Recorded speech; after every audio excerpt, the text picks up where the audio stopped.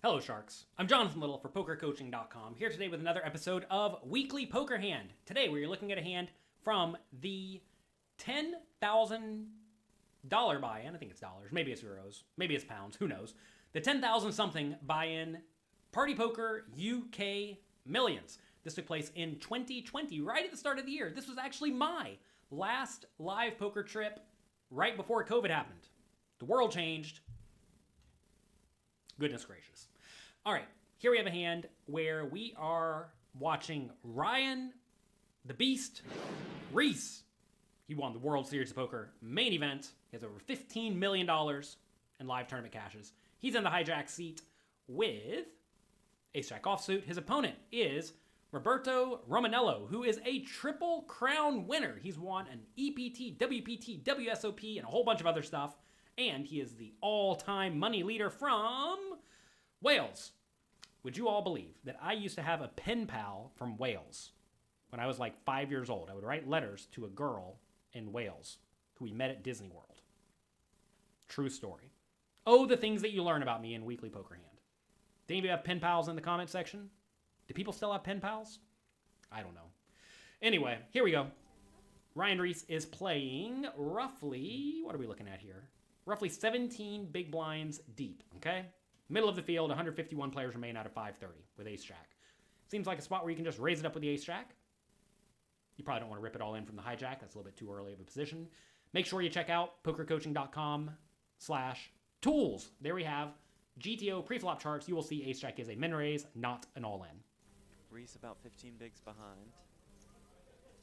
He raises it up, and Roberto opts to call with king-6 offsuit in the big blind. This may seem a little bit loose, but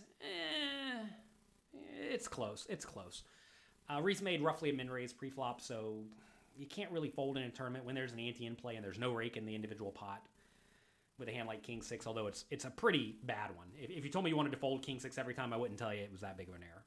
Anyway, king, 10, 5. Roberto has top pair. He has Ryan Reiss drawing pretty thin.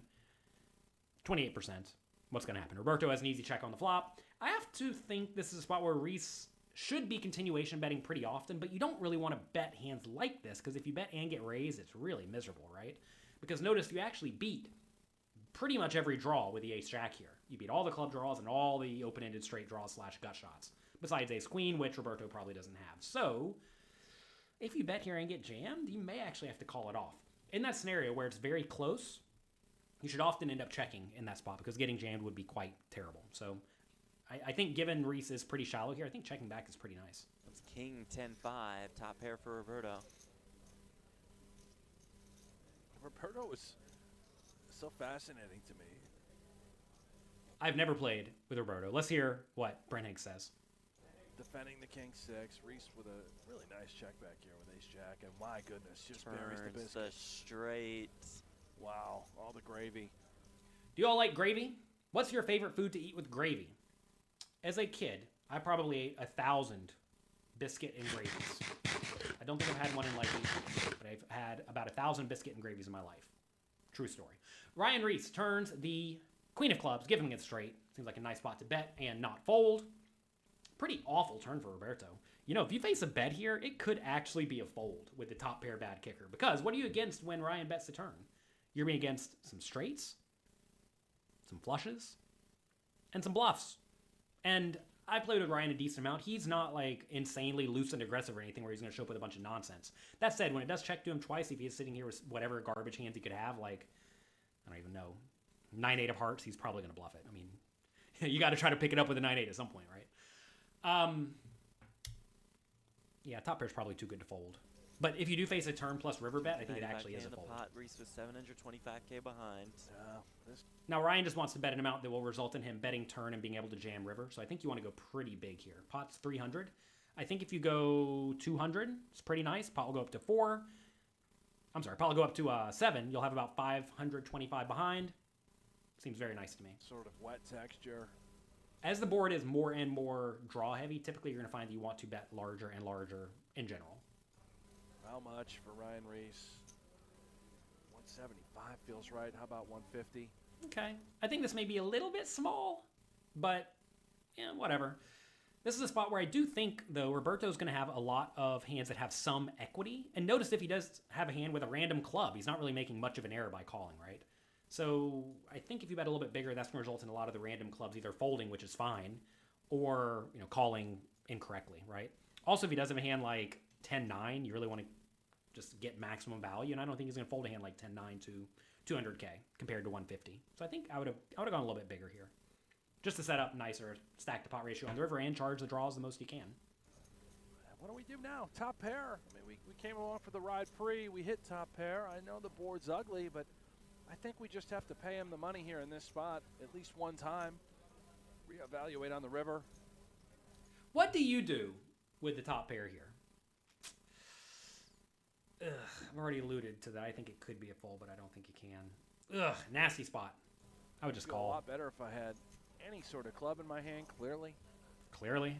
Does make the call.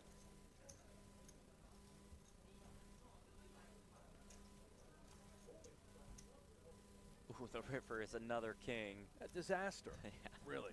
This is Never getting away for 575K. likely to be a full double up here for Ryan Reiss. River's the And king. again, it's Roberto, Giving Roberto top trips, no kicker. the guy. Good just game. Actually, not good game. You're just going to double up Ryan Reiss. Really fascinating as to how he proceeds with his hands, and could he find a hero fold here in this spot? Yeah, maybe. Obviously, ace jack, jack nine, the club's got there. I can go ahead and tell you, if I have the king six and I river the triples, I'm not folding. I will pay you all the money when I have triples, even when there's a flush available, even when there's a straight available. I don't care. You give me the triples, I'm checking and I'm calling all the money. Could he have tens full? Unlikely that he'd have king X when you have a king in your hand. He's taking this much time as he. Look at this, disaster.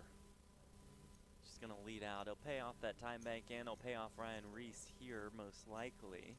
He leads out. He puts Ryan all in for pot. Wild. What is this? Is this a bluff? Is this a value bet? I don't know.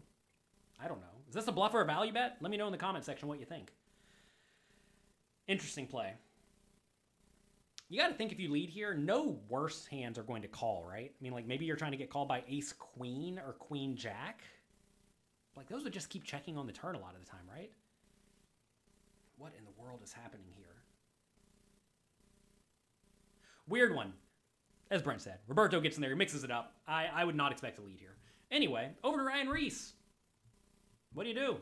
Your opponent just led on the river in a spot where they have some full houses. You could obviously have a lot of full houses. You could obviously have a lot of flushes. You could obviously have a lot of ace jacks. Your opponent's leading into a strong range. When your opponent leads into a strong range, what does that mean? Tell me what you think it means in the comment section. In this spot with the ace jack, do you think it means he just has the nuts and you should fold? Or do you think he's ever bluffing? I want you to pause the video and write what you would do in the comment section below.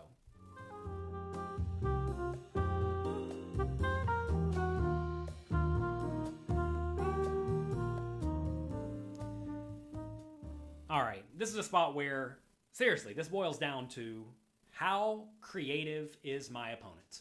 If my opponent is not creative at all, if they're not aggressive and splashy and battly at all, I actually don't hate a fold here, because if they are straightforward and they're not bluffing you and they're not overvaluing and they lead into you in a spot where you have all the nuts in your range, they just must have a good hand, right? That said, if they will overvalue a king, if they will turn a random jack 10 into a bluff, then you cannot fold. Now, I have never played with Roberto, but I listened to Brent Hanks talk about him for a minute or two here, and he said that he takes really interesting lines, gets in there, he battles hard. If you're against someone who gets in there and battles hard with no other read beyond that, I think it's just a call. It sucks, but it's just a call. With no reads, though, I'm not going to say you should fold here, but I think it's actually not insane. Because I'm telling you, if someone takes a line where you have a lot of nuts in your range and they're still trying to pile their money in, they probably just have the nuts and they want to get fully paid. That said, pot odds exist. In this scenario, Ryan needs to be good only 20% of the time or so. I'm sorry, 25% of the time, 28% of the time. You take a wild, splashy guy, you're going to be good 28% of the time. This is Although, brutal. yeah, it's a, Look at this. I'd be interested to know, for those in the comment section, did you think this was a snap call? Did you think it was a snap fold? I bet a lot of people in the comment section would either very, very clearly go one way or the other. We're like, yeah, obviously call you have a straight, or obviously fold. He could easily have you beat. But I think it's actually a pretty tough spot. Reiss thinking, God. Reiss apparently thinks it's a tough spot too. X, right? I mean, what? right, and then, yeah, what else would he do that with? This is just such a. I told you, Roberto fascinates me. This is an unorthodox, just I'm all in sort of line with this hand. It's. What are we targeting? Do we really think our opponent has a queen and then bets? And Reiss obviously giving credit to Roberto for having a hand like King 10, King Queen, pretty much that exactly.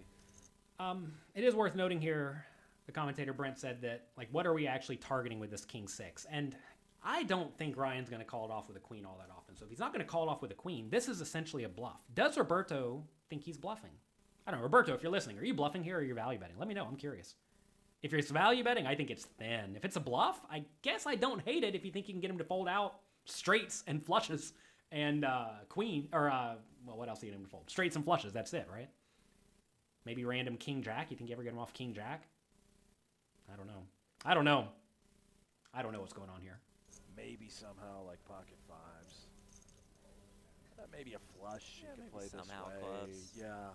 Would you ever try to make the Beast fold?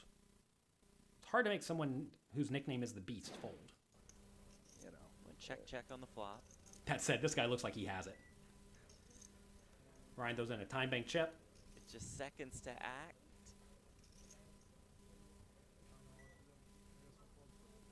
He's gonna have to fold. Time ran out. Those cards are into the muck. His cards are in the muck. And Roberto wins the hand. In this scenario, would you ever show the 6 of hearts? That would blow your opponent's minds. Does he show it?